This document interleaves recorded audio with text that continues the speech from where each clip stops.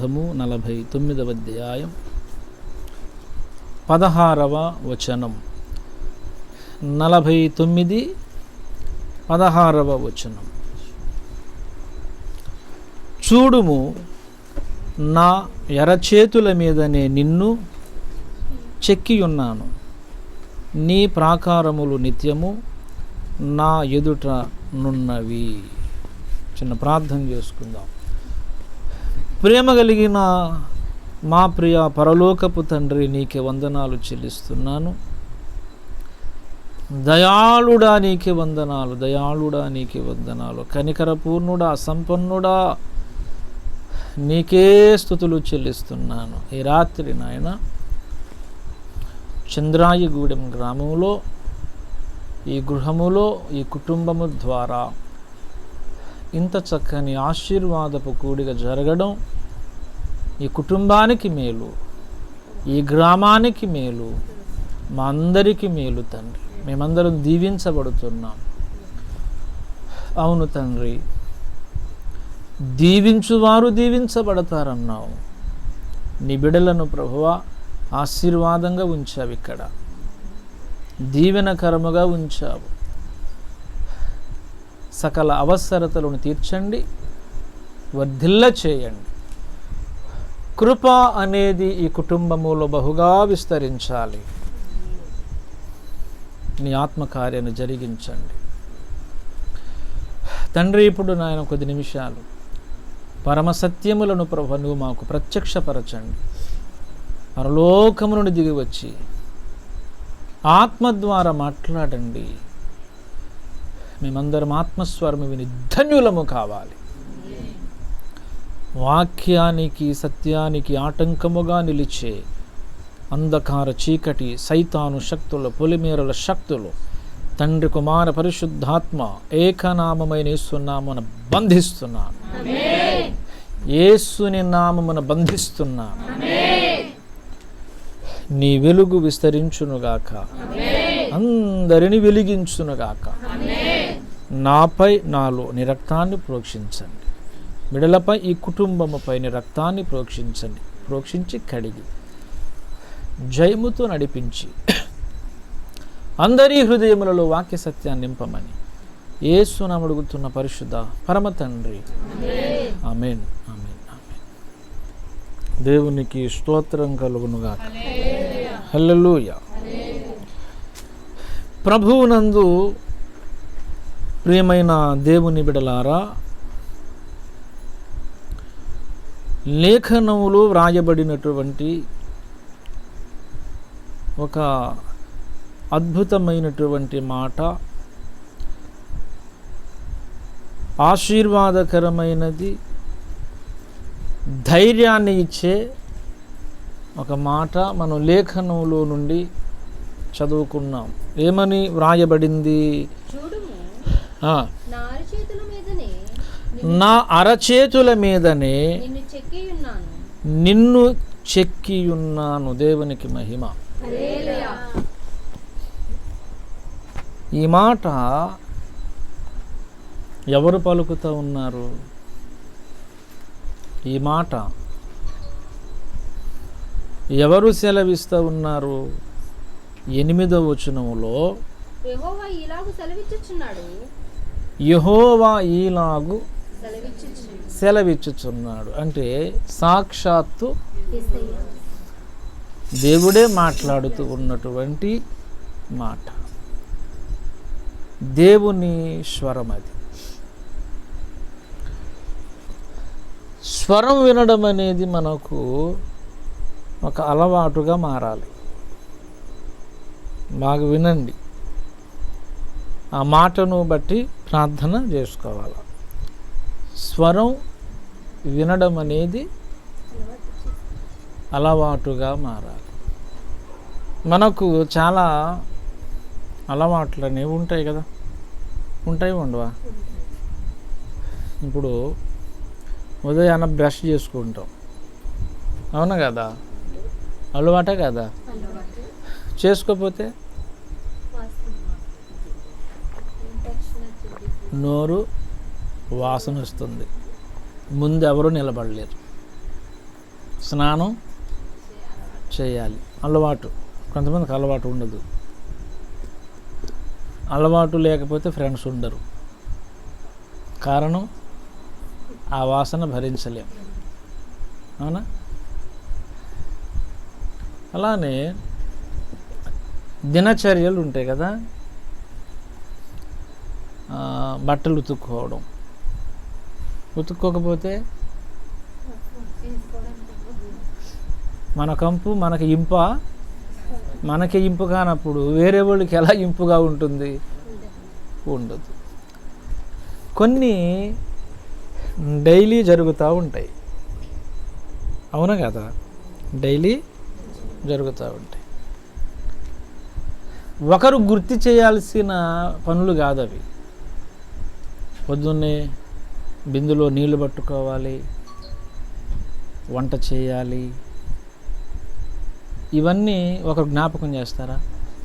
అమ్మా వంట చేశారా అని ఎవరైనా ఫోన్ చేసి చెప్తారా? చెప్పరు. కారణం ప్రతిరోజు ఇవి జరుగుతూ ఉన్నాయి. అలానే దేవుని యొక్క స్వరాన్ని మనం ప్రతిరోజు వినాలి. ప్రతిరోజు వినాలి. స్వరం ఎందుకు? దేవుని యొక్క స్వరము ఎందుకు? దానికి ఒక చిన్న మాట చెబుతాను. నీళ్ళు ఎందుకు తాగుతున్నావు అనేది ఒక పిచ్చి ప్రశ్న. అవునా కదా? భోజనం ఎందుకు చేస్తున్నావు ఎవరు అడగరు. భోజనం చేయాలి, లేకపోతే మనలో శక్తి అనేది ఉండదు. మనకు బలం కావాలంటే, దాహము తీరాలంటే ఖచ్చితంగా కావాలి. ప్రభువు చెప్పాడు, నేనే జీవాహారాన్ని, జీవజలాన్ని నేనే. దేవునికి స్తోత్రం. అక్కడే ఒక మాట అంటాడు, మనుషుడు రొట్టె వలన మాత్రమే కాదు, దేవునికి స్తోత్రం కలుగును గాక. మనము జీవించడానికి దేవుని యొక్క మాట వినాలి. దేనికోసం? మనం బ్రతకడానికి. రొట్టె వలన కాదు, రొట్టె వలన మాత్రమే కాదు అంటే దాని అర్థం ఏంటి? రొట్టె దేనికి? ఆకలి తీరడానికే కదా. దేనికి? ఆకలి తీరడానికి. ఆకలి తీరుతుందంటే అది ఆహారమే కదా. అంటే ఇప్పుడు దేనితో పోల్చి మాట్లాడుతున్నాడు? ఆహారముతో దేవుని మాట పోల్చాడు. దేవుని స్తోత్రం. అంటే దేవుని మాట ఏంటి మనకు? ఆహారము. లేఖన పరిభాష జీవాహారం. దేవుని స్తోత్రం.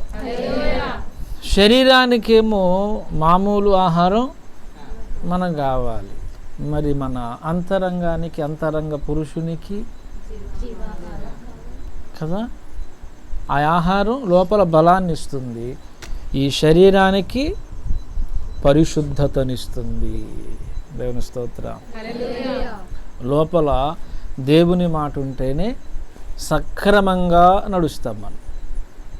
ఆయన వాక్కు వలన మాత్రమే సరైనటువంటి నడవడిక అనేది ఉంటుంది.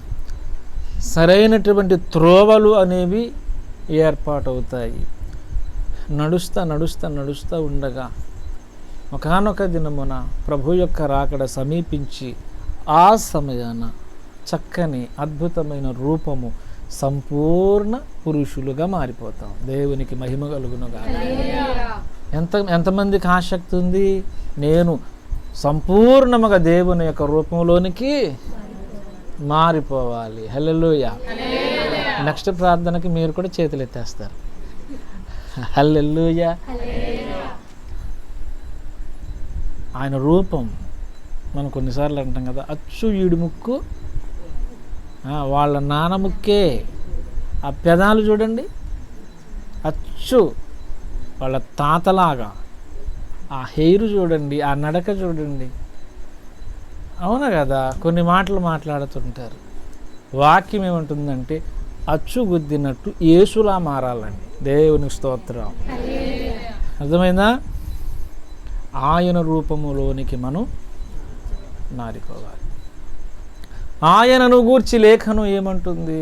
పరిశుద్ధుడు, నిర్దోషి, నిష్కల్మషుడు. అవునా?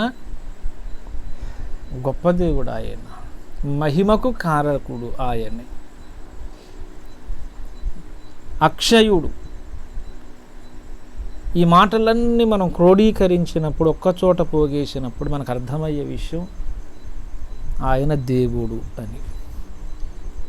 ఆయనే మనకేం చెబుతున్నాడు? మీరు అలా మారవచ్చు అన్నాడు. దేవుని స్తోత్రం. అన్నాడా లేదా? అక్షయత అనేది మనకు వస్తుందా? ఆయన అక్షయుడు కదా దేవుడు. మనుషులము కదా, మనకు ఎక్కడి నుంచి వస్తుంది అక్షయత? అంటే వస్తుంది నువ్వు రెండవసారి జన్మిస్తే, క్రొత్తగా నువ్వు జన్మిస్తే. నమ్మి బాప్తిస్మం పొందినవాడు రక్షింపబడును. అంటే దాని అర్థం ఏంటి? వాడు క్రీస్తు రూపములోనికి మారుతున్నాడు. క్రీస్తు రూపము ఇది కలిగి ఉండడం ద్వారానే మన యొక్క జీవితము దేవునికి ఆమోదయోగ్యమవుతుంది. అంగీకరించడం అంటాం దాన్ని. దేవుని స్తోత్రం. మరి ప్రభువు మనలను అంగీకరించాలి కదా. అంగీకరించాలంటే ఎవరిని అంగీకరిస్తాడు ఆయన? ఆయనలా ఉన్నవారిని. అవునా కదా? ఇప్పుడు ఆదాము దగ్గరకు పరమ తండ్రి హవ్వమ్మను తీసుకెళ్ళినప్పుడు ఆదాము ఏమన్నాడు? నా ఎముకలలో ఒక ఎముక, నా మాంసములో మాంసం. లోపల ఉన్న వాళ్ళు ధ్యానంలో ఉన్నారు, మీరు కూడా చెప్పాలా? ఇప్పుడు మీరు చెప్పండి. నా ఎముకలలో, అది కోడి మాంసం కాదు, గద్ద మాంసం కాదు, ఆదాము యొక్క మాంసమే కదా. నువ్వు నాలో నుండి తీయబడ్డావు కనుక నారి అనబడింది. ఇప్పుడు మనం ఆదాము పలికినట్టు కడపటి ఆదాం పలకాలిగా. మరి కడపటి ఆదాం ఎవరు కదా? ఆయన పలకాలంటే మరి మన జీవితంలో ఒక కార్యం జరగాలి. ఆ కార్యమే ఏంటి? క్రీస్తు రక్తము ద్వారా విమోచించబడుట. దేవుని స్తోత్రం.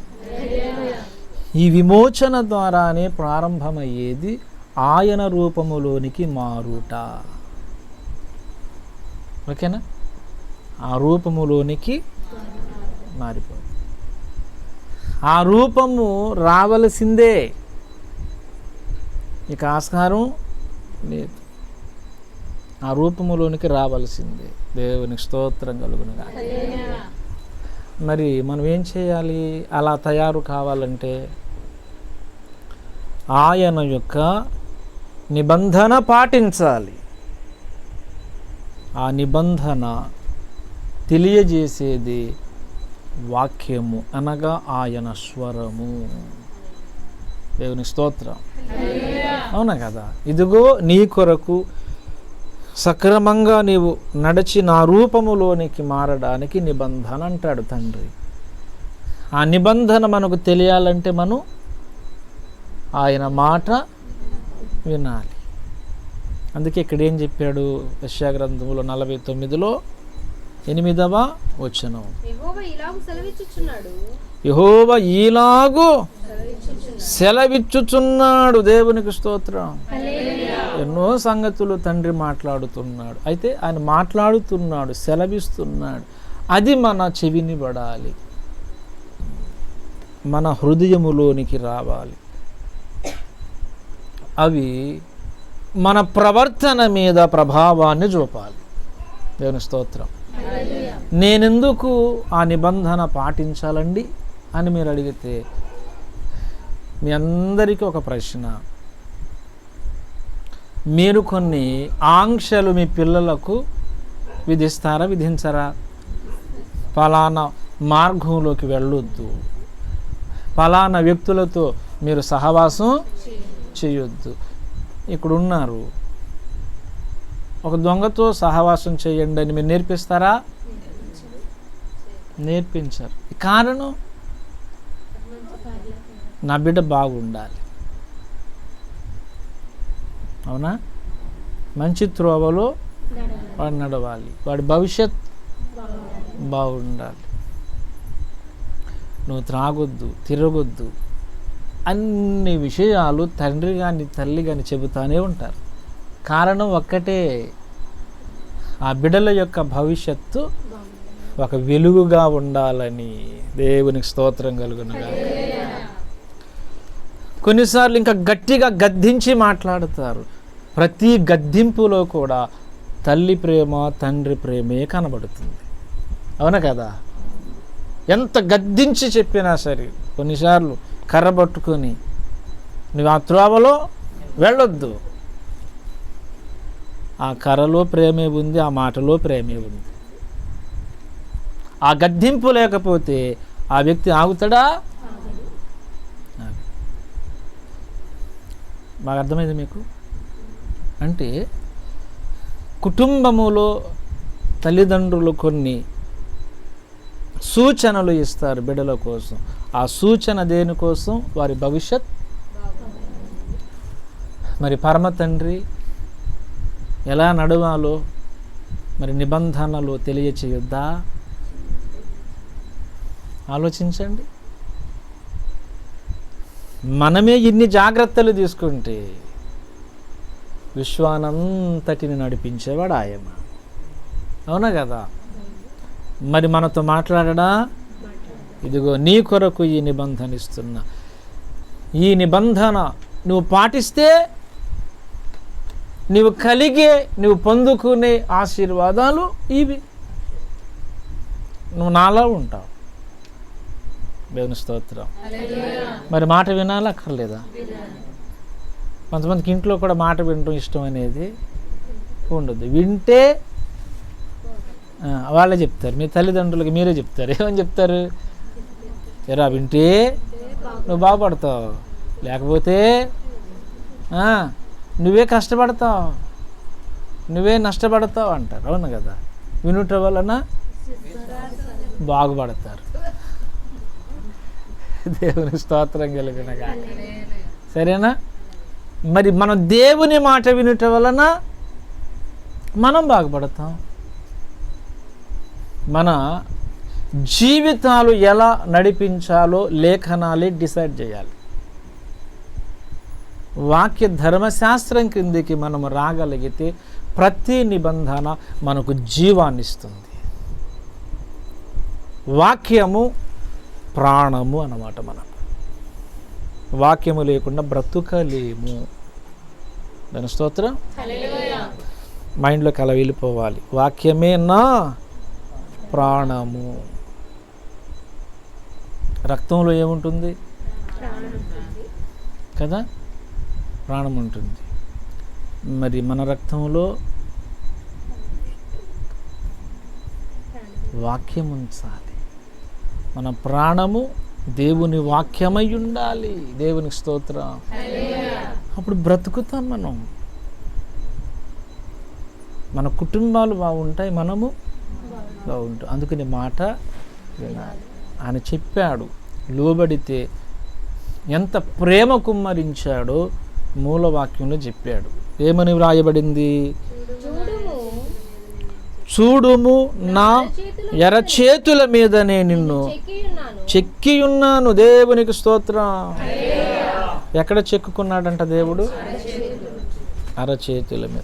అంటే మన యొక్క రూపం ఎక్కడుంది?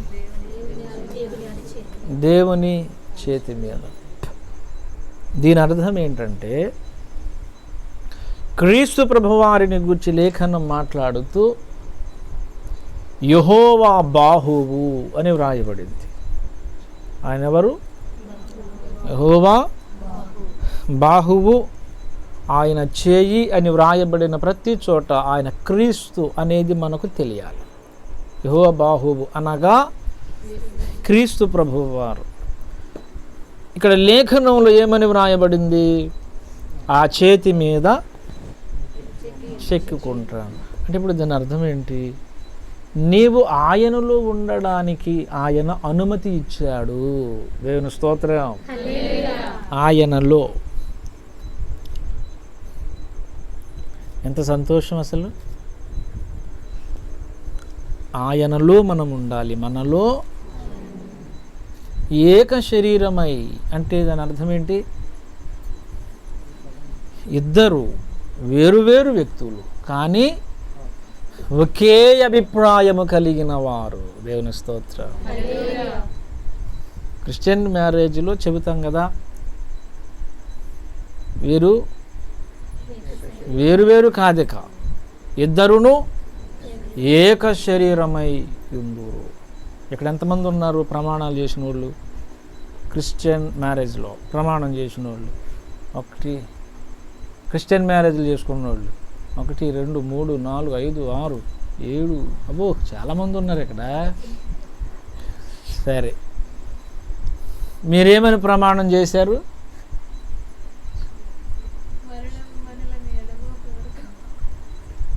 ఏమని ప్రమాణం చేశారు? ఇద్దరము కాదిక మేము. చెప్పరే మరి అక్కడ మరి ధైర్యంగా మరి ప్రమాణం చేశారు కదా స్టేజ్ మీద. ఏక శరీరమై ఉంటాం, ఒకటే అడుగు, ఒకటే మాట కదా. నిజం చెప్పండి, ఒకటే మాట. 1కి 4 చదివేస్తాం. ఒకటే పలుకు అన్నమాట. ఇప్పుడు ఏక శరీరం అనే మాట వచ్చింది కాబట్టి ఇద్దరు కలిసి ఒక చీర కట్టుకుంటారా? ఒక ప్యాంట్ వేసుకుంటారా? వేసుకోరు. అంటే ఆ మాట అర్థం ఏమైంది? ఒక్క మనస్సు, ఒక్కటే మనస్సు. ఒక్క మనస్సు ఉంటే ఏక అభిప్రాయముతో ముందుకెళ్తారు. అవును కదా, ఏక అభిప్రాయం వస్తుంది. భర్త ఒక మాట చెబితే భార్య ఆ మాటకు సరేనండి, భార్య ఒక మాట చెబితే భర్త సరే అమ్మా, సరే నువ్వు చెప్పినట్టు చేద్దాంలే. అప్పుడు ఆ కుటుంబం ఎలా ఉంటుంది? ఎలా ఉంటుంది ఆ కుటుంబం చెప్పండి?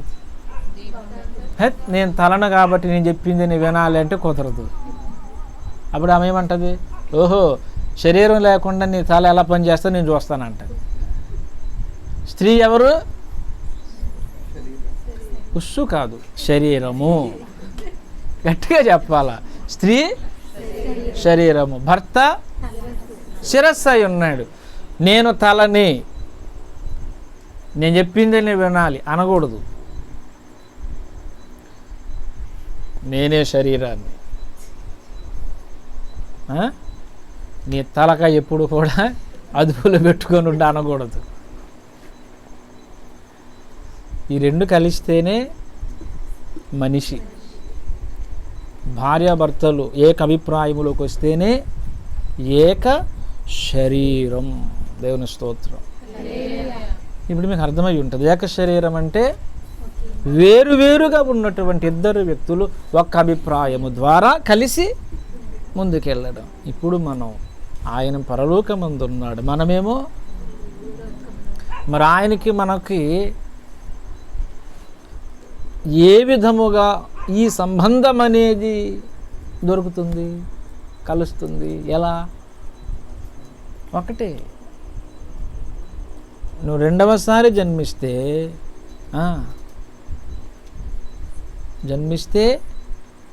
నువ్వు నాతో కలిసి ప్రయాణం చేస్తావు అన్నాడు దేవుడు. దేవుని స్తోత్రం. మొదటిసారి ఈ శరీరముతో, రెండవసారి ఆత్మీయముగా జన్మించాలి. దేవుని స్తోత్రం కలుగును. క్రీస్తు రక్తంలో కడగబడతాం, బాప్తిస్మ జలములలో ముంచబడతాం, తిరిగి లేస్తాం కదా. అప్పుడు ఎవరికి స్వంతము? ఆయనలో మనం ఉంటాం. నీ హృదయము తెరవబడితే నీలో ఆయన వస్తాడు. అప్పుడు కలిసి నాలో నీవు, నీలో నేను, నాలో నీవు కలిసి ఉండాలయ్యా.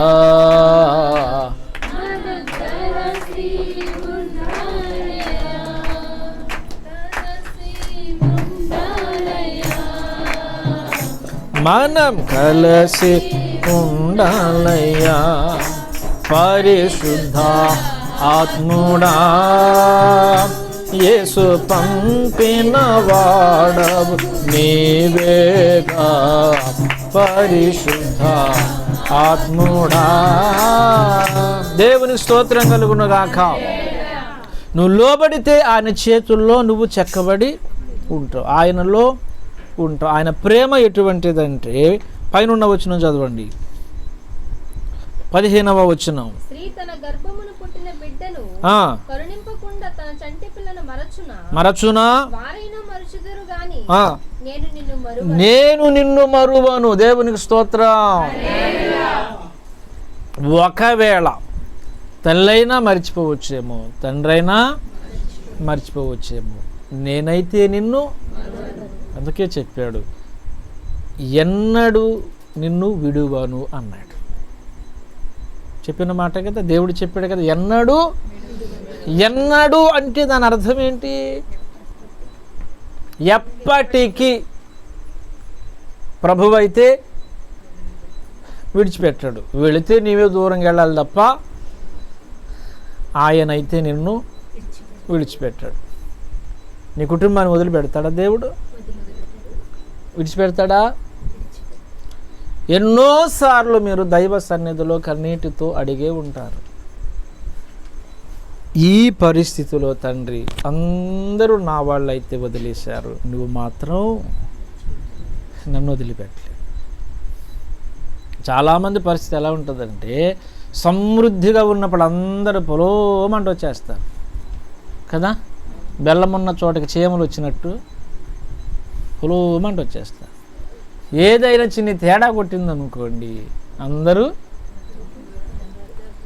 దేనికి వాళ్ళు బంధువులు? డబ్బుకి బంధువులు. చాలామంది బంధువులు ఎట్లాంటి వాళ్ళు ఉంటారు? డబ్బుకి బంధువులు ఉంటారు. మరి మీరు కూడా కొంతమందికి బంధువులే కదా, చెప్పరా? మరి మీరు కూడా డబ్బుకు బంధువులేనా? డబ్బుకు బంధువులు అయితే మీరు రా బంధువులతో సమానం. అర్థమైందా?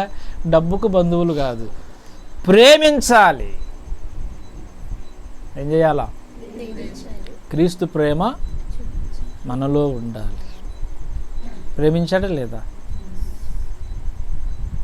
మనం పాపులము, ఆయనేమో పరిశుద్ధుడు.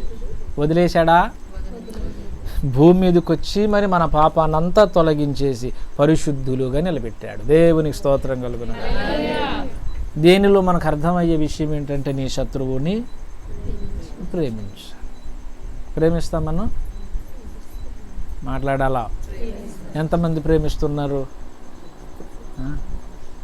ఓహో, దేవుని స్తోత్రం కలుగును గాక. ప్రేమ అన్నమాట. హృదయం నిండా ఏమి నింపుకోవాలి? ప్రేమ నింపుకోవాలి. నేను ఎందుకు ప్రేమను కలిగి ఉండాలంటే,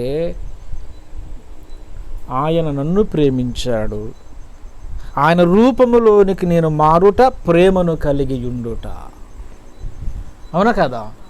ప్రేమ నేను కలిగి ఉండాలి, అది ఆయన రూపములో నేను మారినట్టు.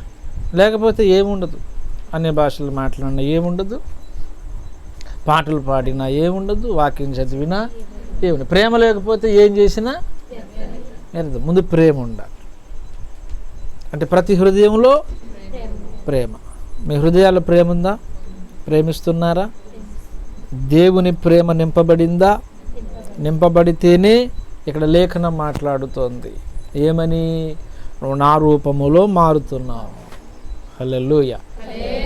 ఇందుకు యేసయ్య రూపం ఎలా ఉంటుంది అయ్యగారు? మీరు అరగంట నుండి యేసయ్య రూపంలో మారాలి మారాలి మారాలి అంటున్నారు. ఇంతకు ఆయన రూపం అలా ఉంటుంది. ఒకటి చెప్పారంట, నువ్వు యేసయ్య రూపంలోనికి మారాలంటే వాడు కాస్త చుట్టుగడ్డం వస్తుంది.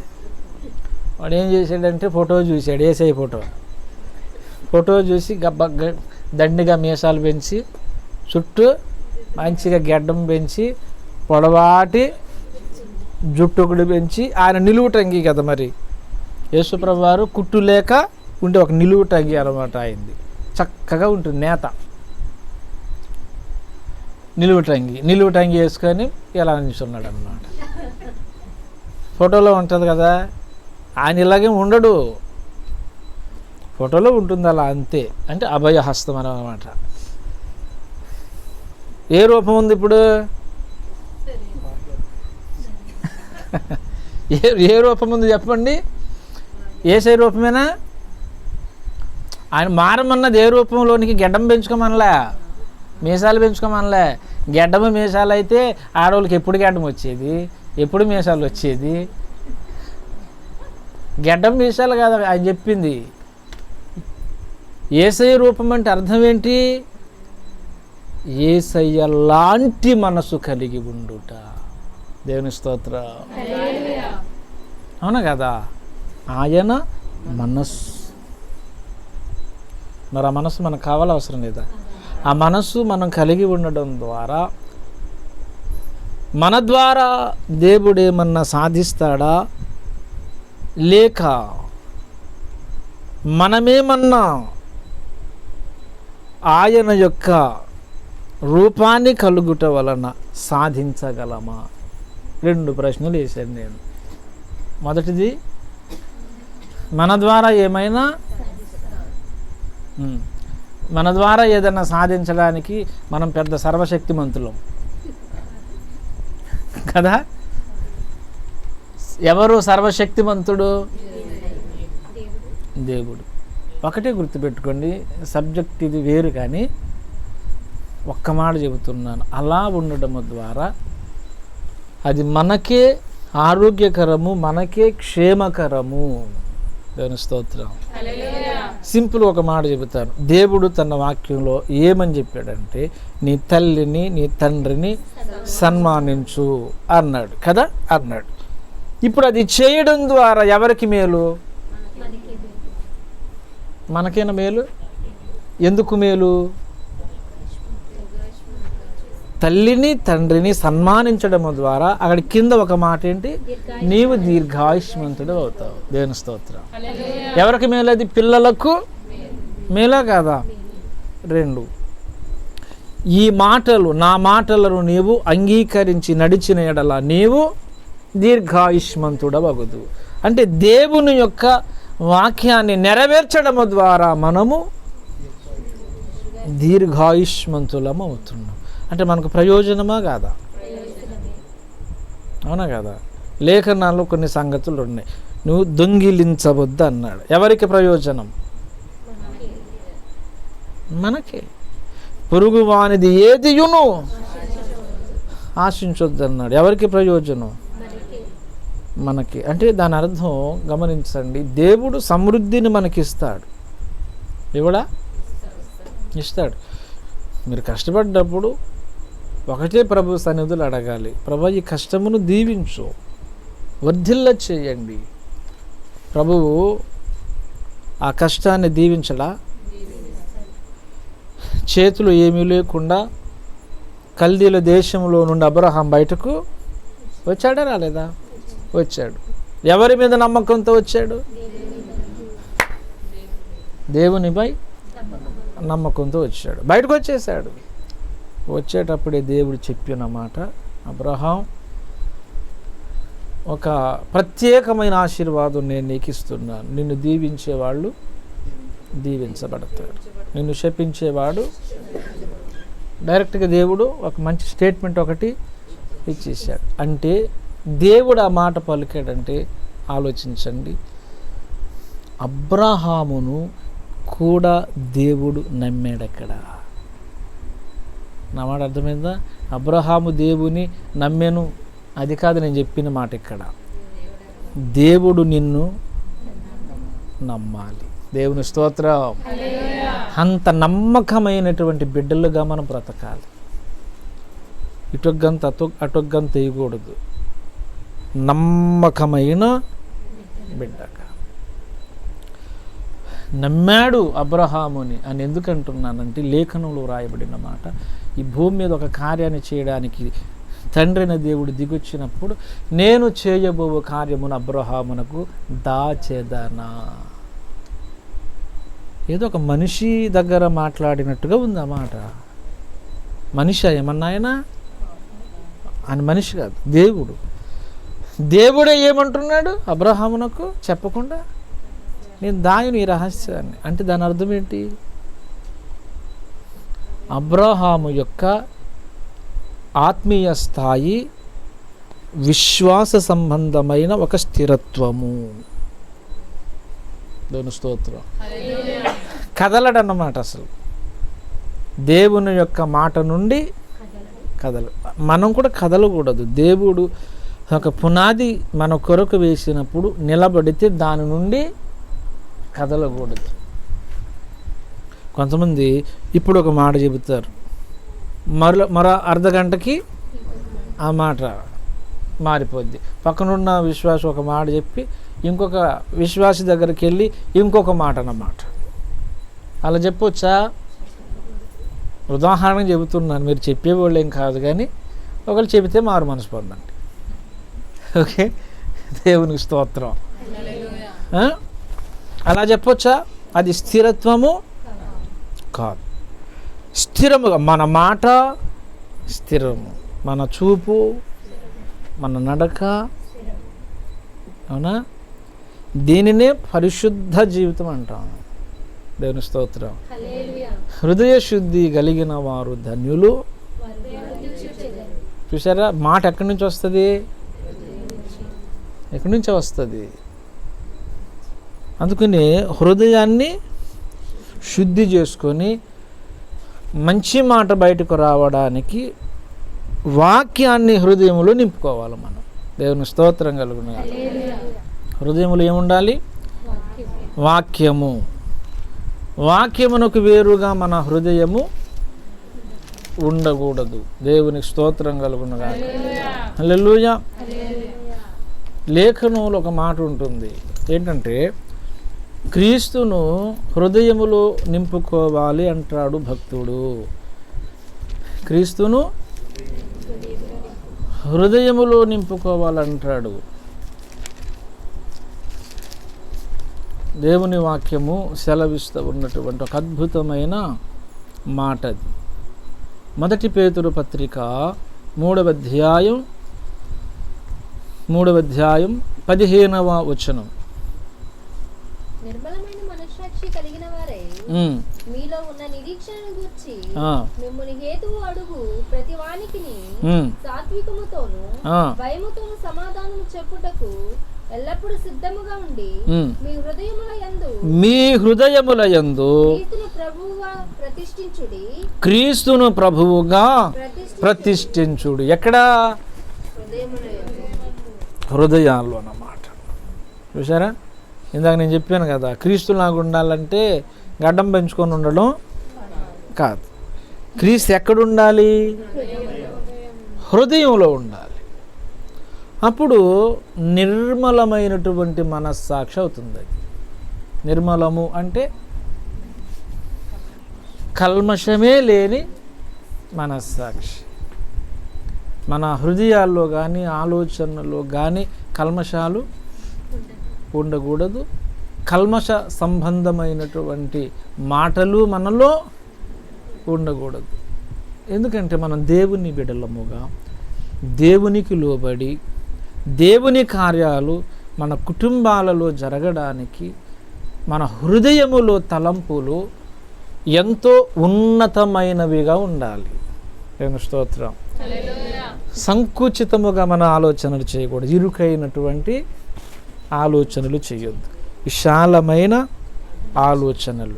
ఆ విశాలమైన ఆలోచనలు దేని ద్వారా రావాలంటే వాక్యాన్ని ఆధారం చేసుకొని రావాలి. అంటే వచ్చిన ఆలోచనకు పునాది వాక్యం కావాలి. దేవుని స్తోత్రం. వాక్యము ఆలోచనలకు పునాది అయితే అవి నెరవేరతాయి. దేవుని స్తోత్రం. కొన్నిసార్లు మనం అంటాం కదా, ఎందుకో కానీ నేను ఎంత ప్రార్థన చేసినా సమాధానం రాలేదండి. ఎందుకు రాలేదండి సమాధానం? 2 కారణాలు ఉంటాయి అక్కడ. ఒకటి, దేవుడు ఆలస్యము చేయుట నీ కొరకే. ఎవరి కోసం? ఎందుకంటే వెంటనే ఆ కార్యం జరగడం ద్వారా నీకు ప్రయోజనము లేకపోవచ్చు. ప్రయోజనము లేనిది దేవుడు ఎందుకు ఇవ్వాలి? నా మాట అర్థమైంది మీకు ఇప్పుడు? ప్రయోజనం లేనిది దేవుడు ఇవ్వడు. మనం అడుగుతూ ఉంటాం, కొన్నిసార్లు అడుగుతాం, ప్రయోజనం లేదు. కొన్నిసార్లు ఏంటంటే చాలా కష్టపడుతూ ఉంటాం. అయినా సరే కొంతమంది అజ్ఞానంగా, ప్రభువా నాకు ఐఫోన్ కావాలి తండ్రి. ఏ ఫోన్ కావాలి? ఎందుకురా నాయన నీకు అంటాడు దేవుడు. ముందు నువ్వు కడుపు నింపుకోవడానికి చూసుకున్నా, ముందు నువ్వు స్థిరపడు, ముందు నీకు దీవెన కావాలి. నీకు అవసరం లేనివి ఎందుకు? అవసరమైనవి కావాలా, అవసరం లేనివి కావాలా? అవసరమైనవి కావాలి నీకు. దేవునికి స్తోత్రం కలుగును గాక. నీకు అవసరమైనవి ఏంటో దేవుడికి తెలుసు. ఓకే, దేవునికి తెలుసు. నీకు అవసరమైనప్పుడు ఇస్తాడు. కొన్నిసార్లు ఇది నీకు ప్రయోజనం అన్నప్పుడు వెంటనే నీ ప్రార్థన ఆలకిస్తాడు. వెంటనే సమాధానాలు ఎప్పుడు వచ్చినాయా మీకు? ఎప్పుడన్నా వెంటనే సమాధానాలు ఎప్పుడు వచ్చినాయా? మరి చేతులు అయ్యి వచ్చిన వాళ్ళు చెప్పండి, వెంటనే ప్రార్థన చేసిన వెంటనే దేవుడు సమాధానం ఇచ్చాడని. దేవుని స్తోత్రం. ఒక 4గురికి ఇచ్చాడు. ఇంతవరకు వెంటనే సమాధానం ఎవరికి రాలేదంట. దేవుని స్తోత్రం. అంటే మీకు ఏది అర్జెంట్ లేదని దేవునికి అర్థమైపోయింది. హల్లెలూయా. ఆలస్యము అనేది దేనికోసం? నీకు ఇప్పుడు ఇవ్వకూడదు. కొన్నిసార్లు దేవుడు ఏం చేస్తాడంటే, నీకు అది ప్రయోజనము అని దేవునికి తెలిసినా ఆలస్యం చేస్తాడు. కారణం ఏంటంటే, నీ ప్రార్థన అనేది ఇంకా పటిష్టము కాలేదు. నువ్వు ప్రార్థనలో శక్తివంతుడవు కావాలి. ప్రార్థన చేస్తూ ఉండగా అడిగిన విషయాన్ని ప్రక్కన పెడతావు. దేవుని మీదేమో అనురాగం ఎక్కువ అవుతుంది నీకు. దేవుని స్తోత్రం కలుగునుగా. అప్పుడు ఇస్తాడు ఆయన తీసుకొచ్చి. నీ మైండ్ దేని మీదకి వెళ్ళిపోయింది ఇప్పుడు? ఆహా, దేవా నీకు వందనాలు, ఎంత అద్భుతకరుడవు తండ్రి. చూసారా, నువ్వు అడిగిన సమస్యను తగ్గించుకుంటూ వస్తావు. ఎప్పుడు జరిగింది అలా? జరగాలి. సమస్యను తగ్గించుకుంటూ వస్తావు. దేవుణ్ణి ఆరాధించడం, ఘనపరచడం, హెచ్చించడం, స్తుతించడం ఎక్కువ అవుతుంది. అప్పుడు చేస్తాడు ఆయన మళ్ళీ ఆ కార్యం. అలానే జరగాల మన జీవితాల్లో.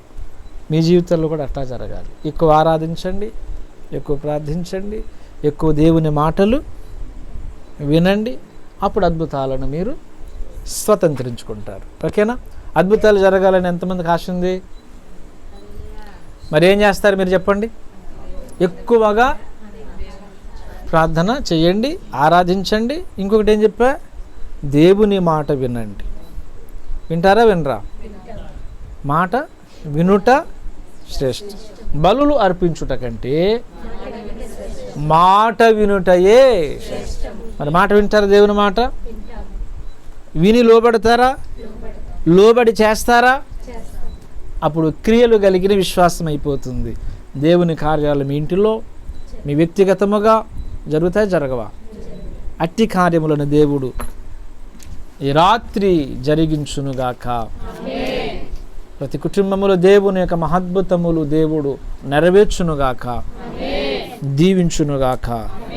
ఆమేన్, ఆమేన్, ఆమేన్. ప్రార్థన చేసుకుందాం, లేచి నిలబడదాం, ప్రార్థన చేసుకుందాం. ప్రభువా నీకు స్తుతి కలుగునుగాక. లేచి నిలబడదాం.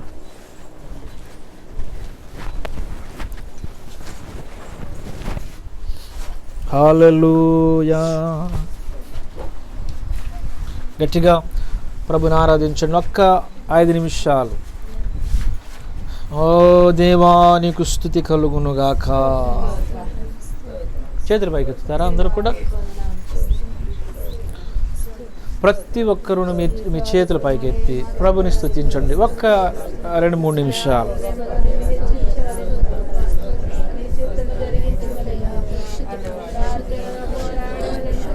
హల్లెలూయా. తండ్రి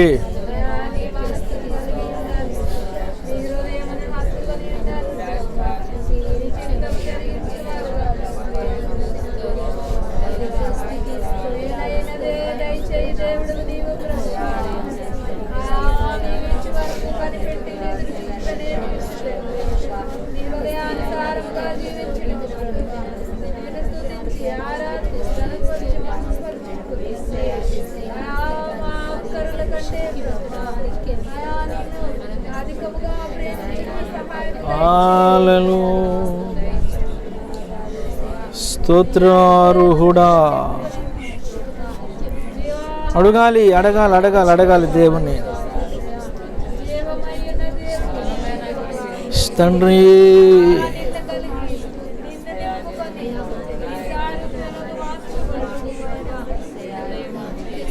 ఓ ప్రభువా,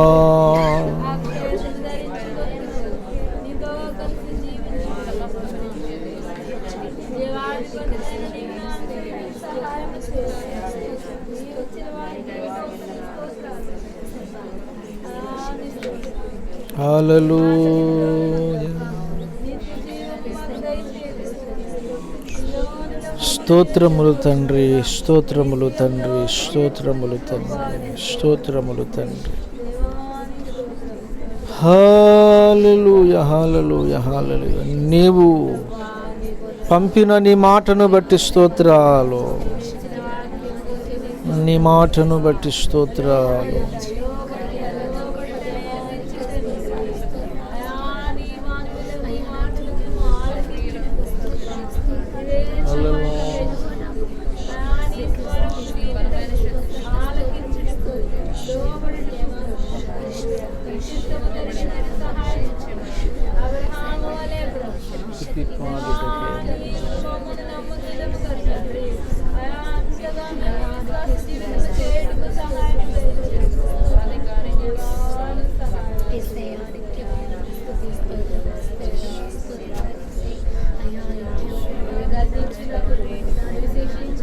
ప్రార్థించండి, ప్రభువును ప్రార్థించండి.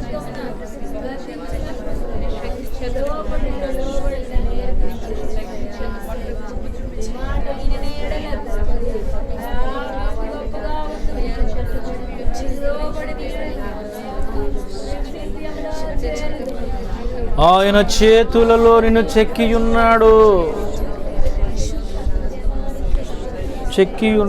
తండ్రి.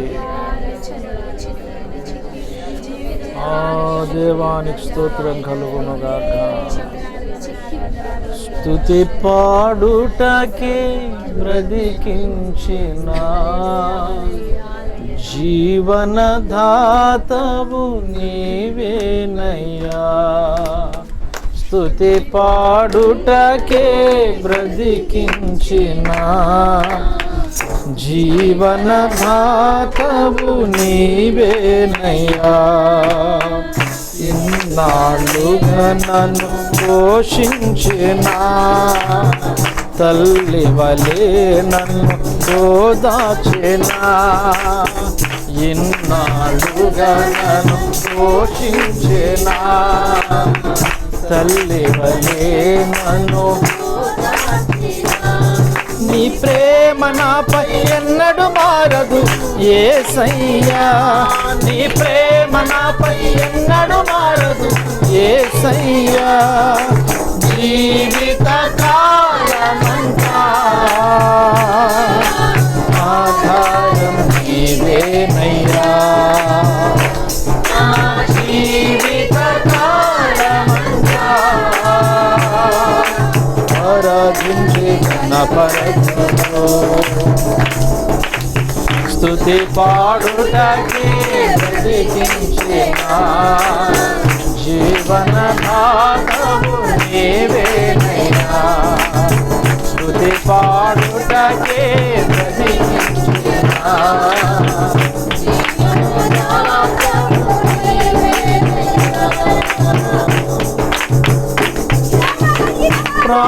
భయమును తొలగించినావు, ప్రాకారములను స్థాపించినావు,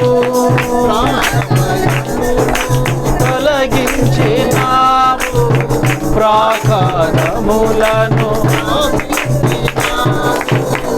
సర్వజనులలో మహిమ వివరింప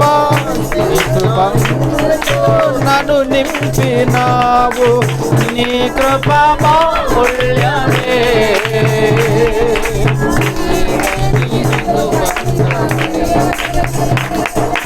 తలచిన ప్రతి క్షణమునా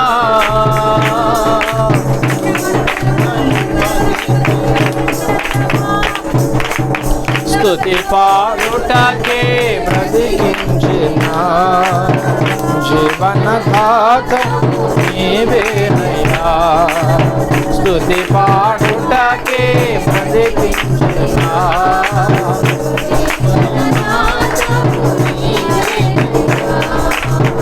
ఇన్నాళ్ళుగా నన్ను పోషించిన తల్లి వలె నన్ను, ఇన్నాళ్ళుగా నన్ను పోషించిన తల్లి వలె నన్ను, నీ ప్రేమ నాపై ఎన్నడు మారదు యేసయ్యా, నీ ప్రేమ నాపై ఎన్నడు మారదు యేసయ్యా. జీవిత కాలమంతా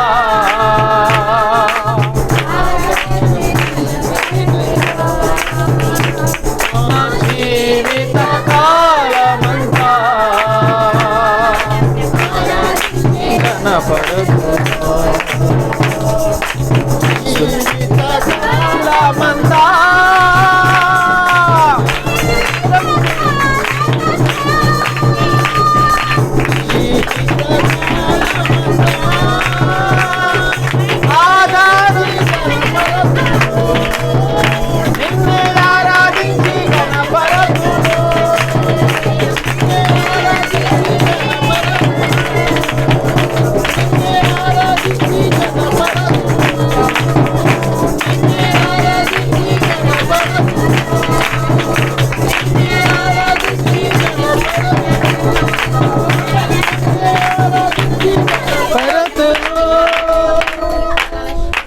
జీవిత కాలమంతా ఆధారం నీవేనయ్యా, నా జీవిత కాలమంతా ఆరాధించి ఘనపరతును. ప్రార్థన చేసుకుందాం.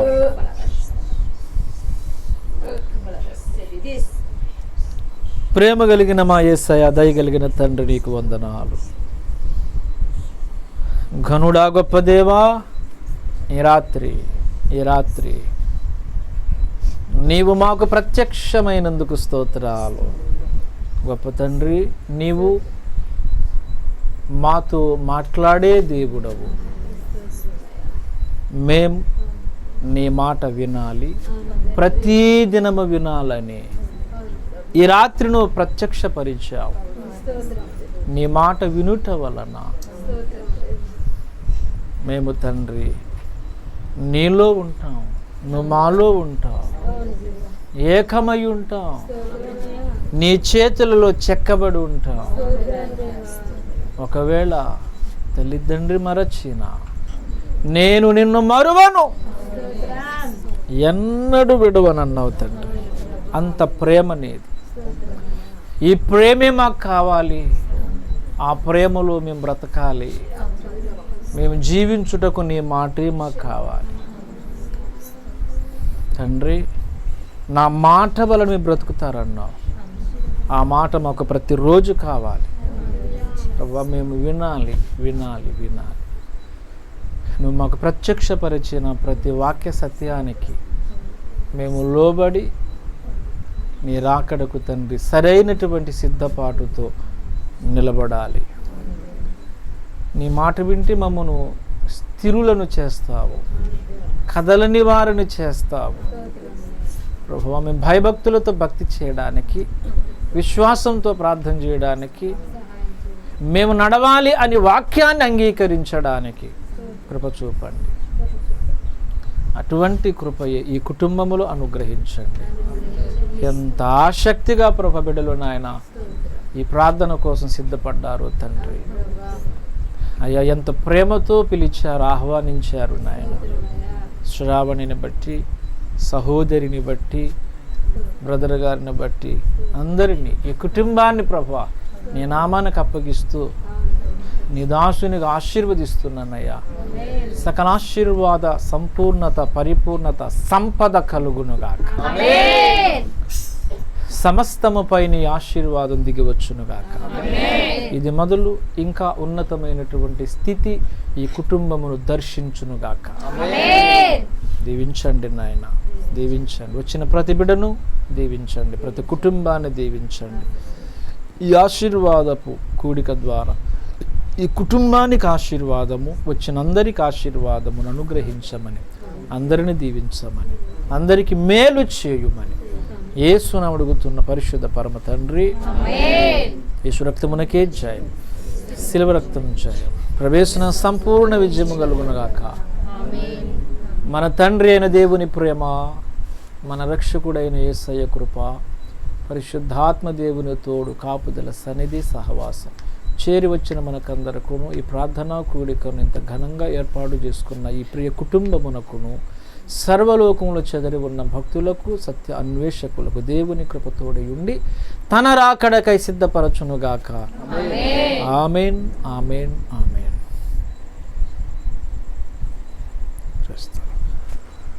వందనాలు అందరికీ వందనాలు.